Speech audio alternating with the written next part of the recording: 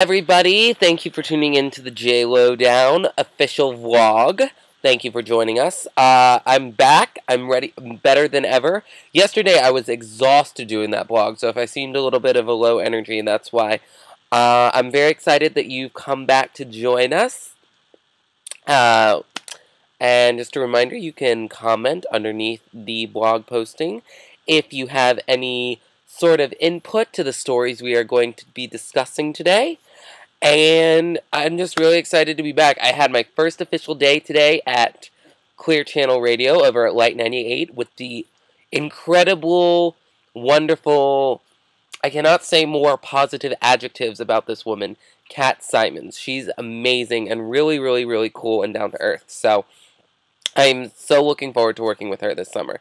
I did a lot of production work. I answered the phones, which was fun. Shout out to Diane. Thank you, Diane, for giving me a shout out on the radio. And Kat let me be on the radio today, too, so it was a lot of fun. So can't wait to go back tomorrow. All right, let's get into it. The first hot topic that I want to discuss today, cell phones might cause brain cancer. Let me see if I can find this article. Thank you. I have like a million things open at once. When I do these video blogs, I should really close some of the stuff that I'm not using. Yeah, here we go. Okay. According to some studies, there is limited evidence that suggests cell phones might be quote-unquote possibly carcinogenic. Now, obviously, carcinogens are things that are harmful to us. For example, cigarettes have a lot of carcinogens in them, which directly lead, studies have obviously shown that directly lead to cancer. Alcohol is the same way.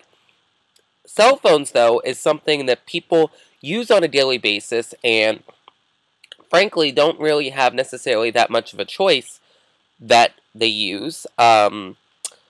Cigarettes and alcohol are a little bit different because, obviously, those are harmful to you and you have a choice how much you can use them unless you're addicted, in which case you should probably seek help. Now, but as far as cell phones go, it says that might possibly cause brain cancer. Now, it says that there's no direct evidence as of yet, and we shouldn't be freaking out about this because, you know, a lot of the stuff that we use every day might possibly cause cancer, and that there's limited evidence and it hasn't even been, you know, cemented yet. But I would just say to those people who have to use cell phones for whatever, do what I do. Text. I mean, obviously, if somebody calls me, I'm going to answer, and if I need to have a conversation. But I think that's a great reason why people should text.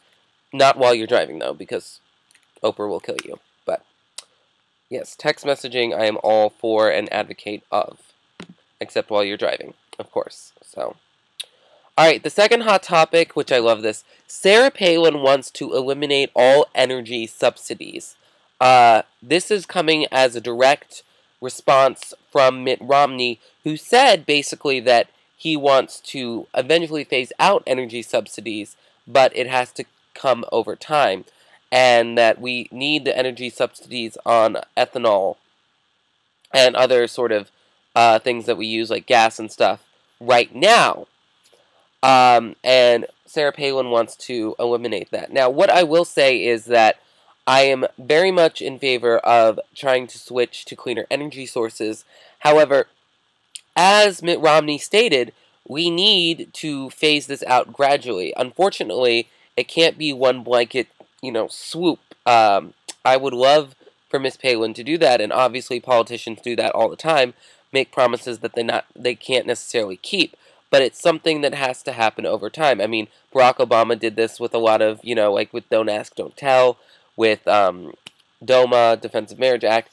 These are issues that need to be dealt with. It can't just, you know, be a sign of a pen and then it's done with, or is whatever, but it's something that has to happen over time. So I think that we need to give our leaders a time frame, and this is something that's not realistic for Sarah Palin to promise at this time, without taking the steps to eliminate these energy subsidies.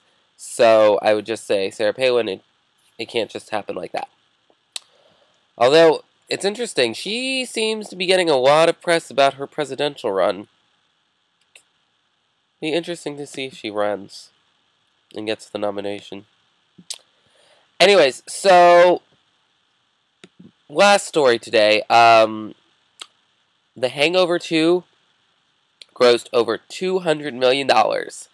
Now, as a fan of Hangover 1, I am happy that The Hangover 2 is making that much money. I have not seen it, but both my little brother and his friends all went yesterday, and they really, really enjoyed it, so I'm going to have to catch it soon. But I just thought it's interesting that that The Hangover 2 grossed over $200 million from Memorial Day weekend, which is a huge, huge grossing for a movie.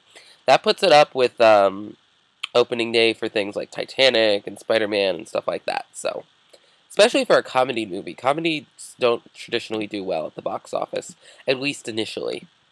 So, and that's all for me today. Thank you for tuning into the J-Lowdown vlog. Be sure to listen to me tomorrow on wvcw.org from 7 to 8 p.m. for the J-Lowdown radio show, where we'll come on and we're going to discuss some of the more hot topics that we didn't discuss today. So, that's all. Thank you for coming and watching and commenting and following and doing all the wonderful things that you do. So, have a good night.